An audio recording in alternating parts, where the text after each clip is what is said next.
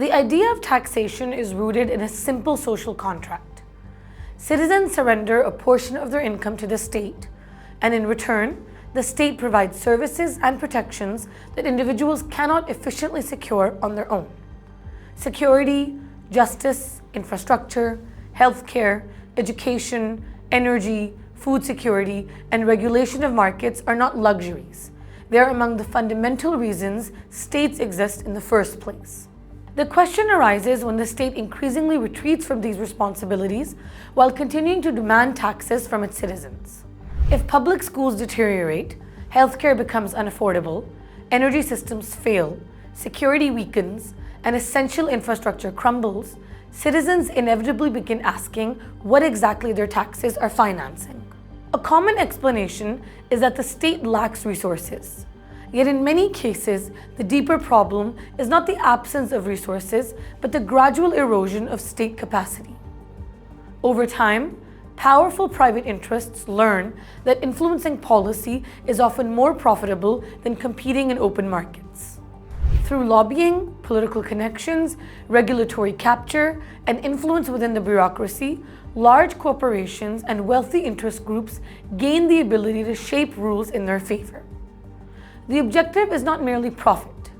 It is the transfer of public assets, public authority, and public functions into private hands.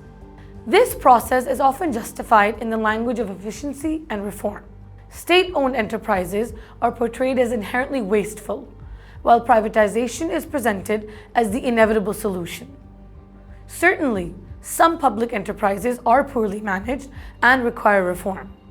However, there is a significant difference between reforming a public institution and dismantling it.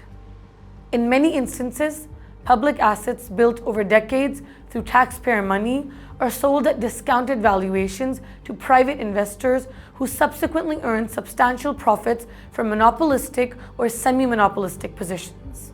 The beneficiaries are frequently a narrow group of politically connected actors, while the public loses ownership of institutions originally established to serve collective needs rather than shareholder returns. Services that once existed as public rights gradually become commodities available only to those who can afford them. International financial institutions have often reinforced this trend. Organizations such as the IMF typically encourage fiscal consolidation, reductions in public sector deficits, and the privatization of loss-making state enterprises. The stated objective is improving efficiency and reducing the burden on public finances. Yet critics argue that these prescriptions frequently focus on selling public assets and reducing public employment while paying far less attention to elite privileges, regulatory failures, tax avoidance by powerful groups, or inefficiencies within upper layers of the state itself. The burden of adjustment is often borne by ordinary citizens rather than those who benefit most from the existing system. The result is a dangerous cycle. As public institutions weaken, citizens lose trust in government. Tax compliance falls, state capacity declines further, and even more functions are transferred to private actors. Eventually, the state risks becoming little more than a tax collector and debt manager rather than a provider of public goods. Taxes remain necessary in any modern society. The real issue is not whether citizens should pay taxes, but whether the state continues to honor its side of the bargain. A society cannot sustain a social contract indefinitely if public resources are repeatedly redirected towards private enrichment while the institutions meant to serve the public are systematically hollowed out. When that happens, citizens do not merely lose services, they lose faith in the very purpose of the state.